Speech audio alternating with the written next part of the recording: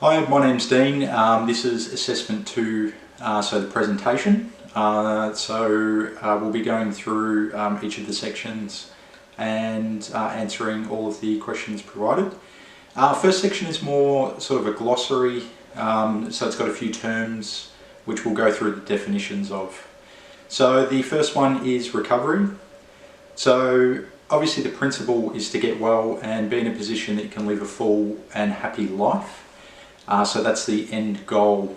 Obviously, as a mental health practitioner, you want to help people with their recovery so that they can get and be in a position where they're living a full and happy life. Recovery orientated practice, so that's in conjunction with the supports. The client can drive and take responsibility for their own recovery, obviously supported by those external providers as well. Holistic approach is taking care of a client from sort of a whole sort of a different variety of different people all helping out and looking at their life not just from a mental health perspective but from all aspects of their life, so you can use all of those things and help them with anything that they need sort of help with. So working with sort of multiple providers and supports to get whatever they need. Empowerment. So empowerment's the process of becoming stronger. This can be from an educative sort of perspective, so knowing your rights and your responsibilities and knowing what you're entitled to. So knowing those things empowers you to sort of know exactly what you are entitled to. Disempowerment obviously is the opposite of that, so when that power is removed and taken away, and your influence is taken away and your power to sort of to be the best you gets removed. Access and equity, so that's basically that everyone is entitled to the same services, irrespective of race, religion, sexual preference, background. Everyone is entitled to that same level of care. Next one is early intervention. So it's important to identify mental health issues early so that we can put supports into place and really start to work with that young person in identifying strategies so that they can better take care of themselves. Studies do show us that the earlier we can get on to early intervention, the better hope of recovery. And yeah, they've just got a better shot. Next one is rights. So your rights are a set of rules and they outlay what you're entitled to. The next one is social justice and inclusion.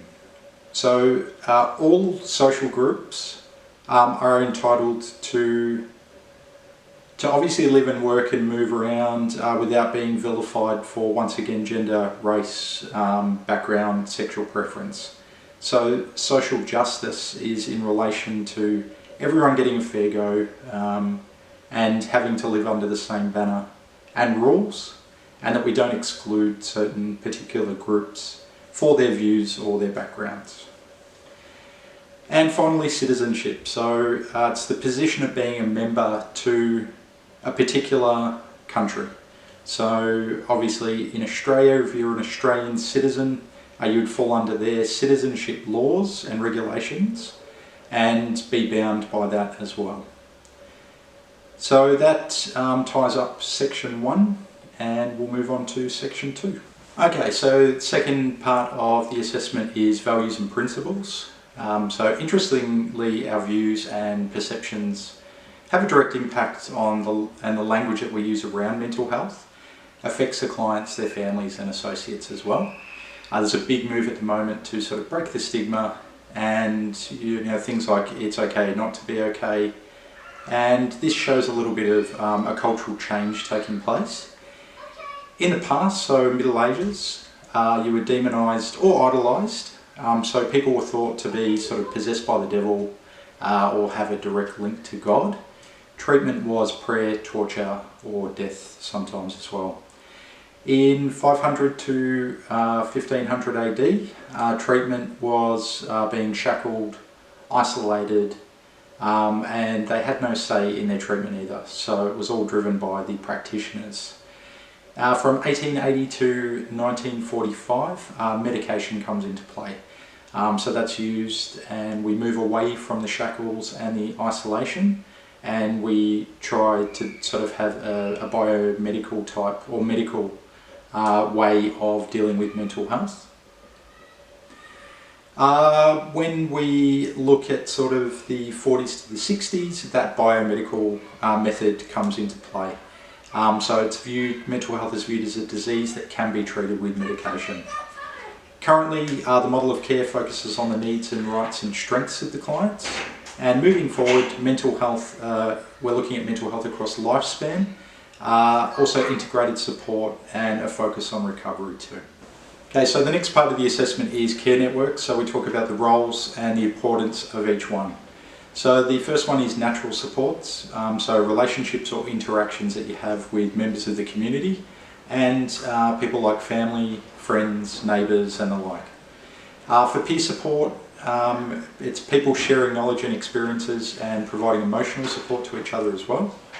When we talk about family, friends and carers, they play a vital role of support and can provide affection and care sort of on a more personable level without it seeming intrusive.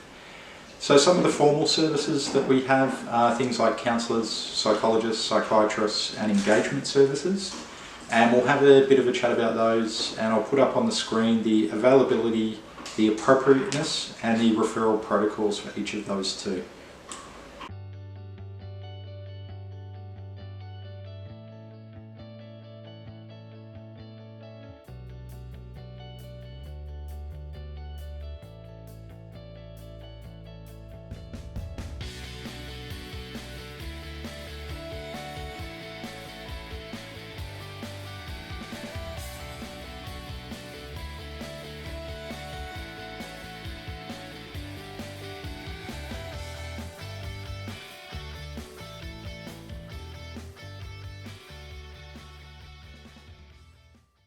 Okay, so next part of the assessment is frameworks for developing a plan for recovery.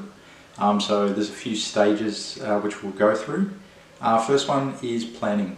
So what we want to do is establish what the client wants and identify their needs, their goals and their expectations.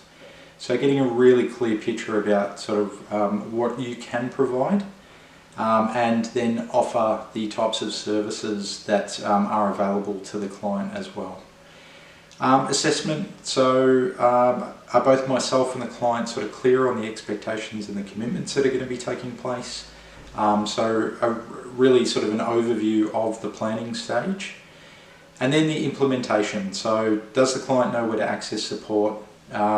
Create a bit of a timeline so that we can maintain goals and appointments.